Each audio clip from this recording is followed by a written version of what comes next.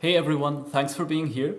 My name's Paul Strohmeier. I'm presenting bARefoot on behalf of my colleagues from the Saarland University HCI lab. Let's jump right into it. The problem we're addressing is when we walk through the physical world, we have all kinds of material experiences as we do so. And in augmented reality or virtual reality, everything currently is visual, and we don't have these tactile experiences. So the way we approach this is in this example, you see me stepping on a bunch of branches, and the tactile impulses I'm getting, they are proportional to how I'm moving. So if we watch this again, you'll see that these branches snap and crack in sync with how I'm interacting with them. So we have a very simple model here, where if you assume this is time and pressure increases in this direction, we separate pressure into kind of these discrete bins. And here, as I put my foot down, and when the pressure exceeds a bin, it creates a tactile impulse. And then if I'm steady, there are very few pulses.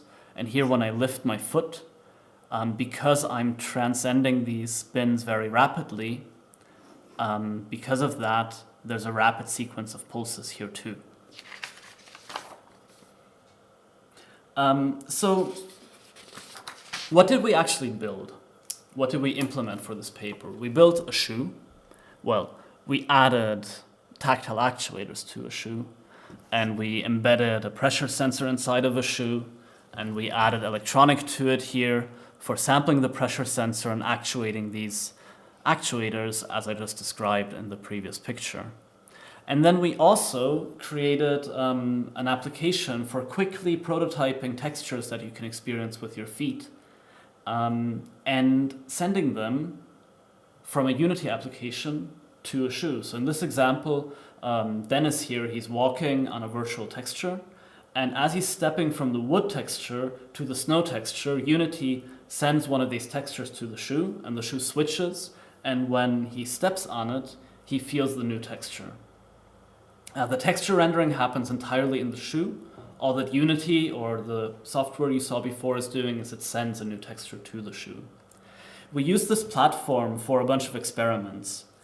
I'm going to just describe a very small sliver of what we did experimentally. Here we looked at the effects of increasing the number of bins, basically increasing the granularity of such a pressure interaction. This is perceived as compliance. And we looked at how is this compliance perceived. Specifically, we looked at salience. How clearly do you feel compliance at all? And then we looked at some qualia, like what type of compliance are you feeling? So let's start with depth. So on this graph, you see 4 of us rating how deep they felt the illusion was.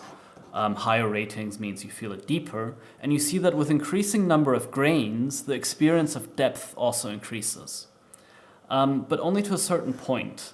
And then it kind of stagnated.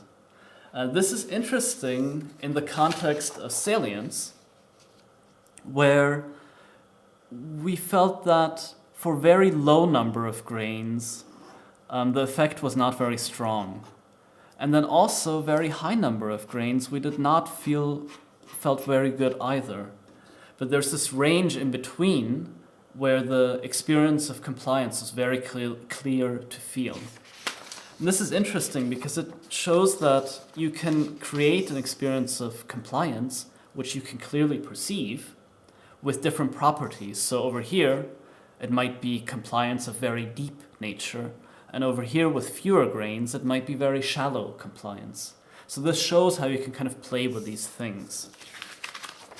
So what can you do with this? One of the first things we did is we made a bunch of games which were kind of based around this idea that you needed to probe a material with your feet. So in this case, you could imagine that there are planks which are not very strong, so you need to probe them to make sure that you don't fall. This is just a very simple first thing that we implemented. There's a lot more information in our paper, but for now, this is all that I can present. Please get in touch with us. We love to talk about these things, and thank you so much for your attention.